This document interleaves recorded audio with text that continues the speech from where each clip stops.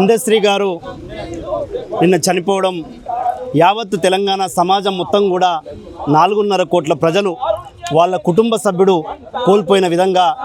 ప్రతి తెలంగాణ ఉద్యమకారుడు కావచ్చు, తెలంగాణ గడ్డ మీద పుట్టిన ప్రతి బిడ్డ కూడా అయ్యో మా కుటుంబ సభ్యుని కోల్పోయినాననే విధంగా అందరూ కూడా వాళ్ళ గుండెల ముక్కలై వాళ్ళు బాధపడుతున్న సందర్భం కనబడుతుంది. నిజంగా అందశ్రీ గారు ఒక తెలంగాణ ఉద్యమ గేయ రచయితగా, తెలంగాణ ఉద్యమంలో కేవలం ఒక కవిగా, కళాకారుడిగా, రచయితగా మాత్రమే కాకుండా తెలంగాణ ఉద్యమంలో ప్రత్యక్షంగా భాగస్వామ్యమై ఉస్మానియా యూనివర్సిటీలో ఎన్సీసీ నుంచి తార్నాక వరకు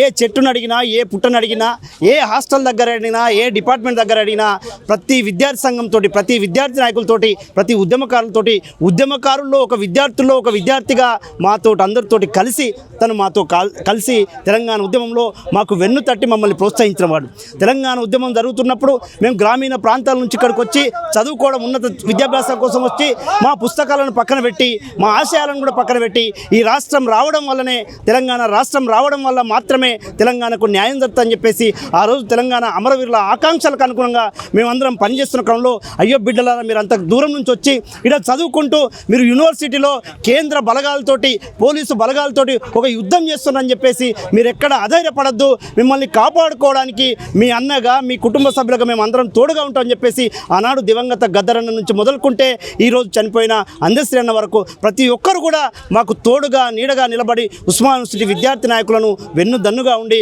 ఆ రోజు ఉద్యమంలో మమ్మల్ని వెన్ను తట్టి ప్రోత్సహించిన వాళ్ళు. అట్లాంటి అందశ్రీ అన్న నిజంగా మాయమైపోతున్నాడమ్మా అనే పాట రాసి తనే నిజంగా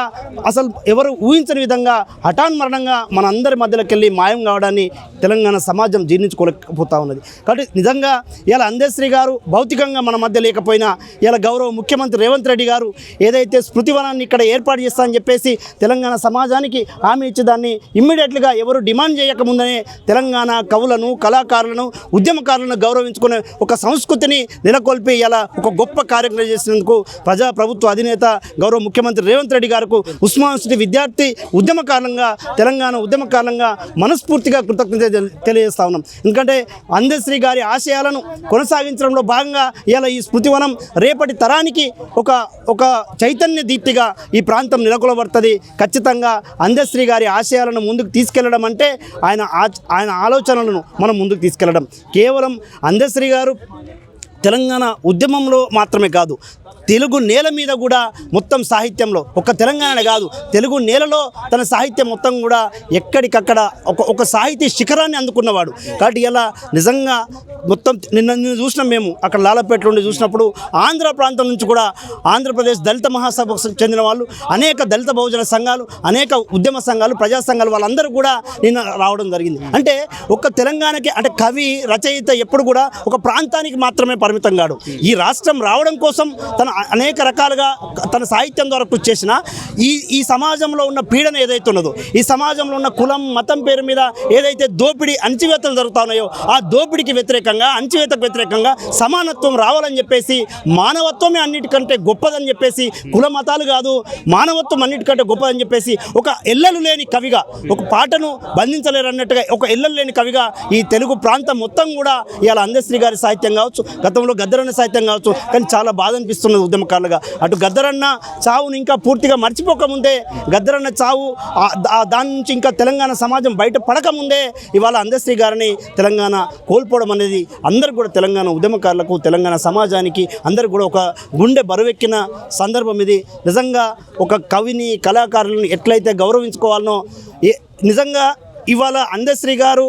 చనిపోవడంలో గతంలో పడ్డ క్షోభ కూడా ఉన్నది. గత 10 ఏళ్ళుగా ఎప్పుడైతే తెలంగాణ ఉద్యమంలో జయ జయ హే తెలంగాణ అనే పాటలు మేమందరం కూడా ఉస్మానియా యూనివర్సిటీ విద్యార్థి నాయకులంగా ఆ రోజు ఇక్కడ నుంచి కాకతీయ యూనివర్సిటీ వరకు పాదయాత్ర చేసినప్పుడు చిన్న పిల్లల నుంచి మొదలుకుంటే పండు ముసలి వరకు కూడా ఇలా జయ జయ హే తెలంగాణ అనే పాటను, అదేవిధంగా వీరులారా వందనం ఇట్లాంటి పాటల్ని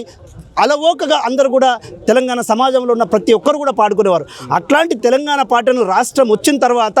రాష్ట్ర గీతంగా చేస్తానని చెప్పేసి గత పాలకులుగా ఉన్న కేసీఆర్ గారు కావచ్చు, వాళ్ళ పార్టీకి సంబంధించిన వాళ్ళు అది చేయకపోవడం కూడా ఒక రచయితగా, ఒక కవిగా తను మానసిక క్షోభ అనుభవించిన విషయం మాతో అనేక సందర్భాల్లో తను పంచుకోవడం జరిగింది. కానీ ఈ ప్రభుత్వం వచ్చిన తర్వాత గౌరవ ముఖ్యమంత్రి రేవంత్ రెడ్డి గారు నిజంగా ఒక కవిని, కళాకారుని ఏ విధంగా అయితే గౌరవించుకోవాలి. గతంలో గూడంజన చనిపోయినప్పుడు కూడా గత పాలకులు పోలేదు, గద్దర కేసీఆర్ ప్రజాభవన్ బయట నిలబెట్టి అవమానించారు. అదేవిధంగా అందశ్రీ గారి పాటను రాష్ట్ర గీతంగా ప్రకటించాల్సిన పాటను, అధికారికంగా ప్రకటించాల్సిన పాటను అట్లా ప్రకటించకపోవడం వల్ల కూడా ఒక మానసిక క్షోభకు గురైండు. కానీ ఇలా గౌరవ ముఖ్యమంత్రి రేవంత్ రెడ్డి గారు ఈ పాట గౌరవాన్ని పెంపొందించే విధంగా మనం చూసినాం. గత జూన్ 2వ తేదీన రాష్ట్ర ఆవిర్భావ దినోత్సవం రోజు ఈ పాటను అధికారికంగా ప్రకటించిన రోజు ఆ స్టేజ్ వేదిక మీదనే ఒక భావోద్వేగానికి గురై తను ఎంత మానసిక క్షోభను అనుభవించండి అనేది ఈ సమాజానికి ఒక సంకేతం పంపాడు. కాబట్టి పాలకులు ఎవరైనా కావచ్చు కాక, కానీ సాహిత్యాన్ని పార్టీల పరంగా చూడక, సాహిత్యాన్ని సాహిత్యంగానే చూసి, ఈ సమాజంలో వాళ్ళ త్యాగాన్ని చూసి, వాళ్ళు ఏదైతే ఎక్కడి నుంచి అసలు అందశ్రీ గారి పుట్టుకకు అందశ్రీ గారి చావుకు మధ్య ఏం సంబంధం లేకుండా, అంటే అక్షర జ్ఞానం లేకుండా ఒక పశువుల కాపరిగా మొదలైన తన జీవితం ఇవాళ యూనివర్సిటీలే పిలిచి డాక్టరేట్ ఇచ్చే స్థాయికి ఎదిగింది, యూనివర్సిటీలలో ప్రొఫెసర్లు పాఠాలు చెప్పే స్థాయికి ఎదిగిందంటే తన పుట్టుకకు తన చావుకు మధ్య తన ఎంత సంఘర్షణ పడ్డాడు, ఎంత అంటే దినదినంగా ఎంత యుద్ధం చేసి ఉంటాడు. ఆ అక్షరం మీద పట్టు కోసం, అక్షరం మీద అంటే అక్షరం ఎవరి సొత్తు కాదు, జ్ఞానం ఎవరి సొత్తు కాదని చెప్పేసి అందశ్రీ గారి జీవితమే మనకు ఒక ఉదాహరణగా నిలుస్తుంది. కాబట్టి రాబోయే భవిష్యత్ తరాలు ఖచ్చితంగా అందశ్రీ గారి ఆలోచనలను, ఆశయాలను ముందుకు తీసుకెళ్లడమే మనం ఆయనకి ఇచ్చే నివాళిగా మనం భావిస్తూ ఉన్నాం. ఖచ్చితంగా అటువైపుగా ఆలోచన చేయాలని చెప్పేసి ఏదో కవి కదా, రచయిత కదా, 4 రోజులు పాటలు పాడుకోవడం అన్నట్టు కాకుండా తన ఆలోచనలను, ఆశయాలను, అంటే సమానత్వం కోసం ఈ సమాజంలో కులమత భేదాలు లేకుండా ప్రజలందరూ సమానంగా ఉండాలని ఏదైతే కోరుకున్నారో ఆ విధంగా ఉండడమే ఇలా అందశ్రీ గారికి మనం ఇచ్చే నివాళి అయితే అని చెప్పి తెలియజేస్తాం.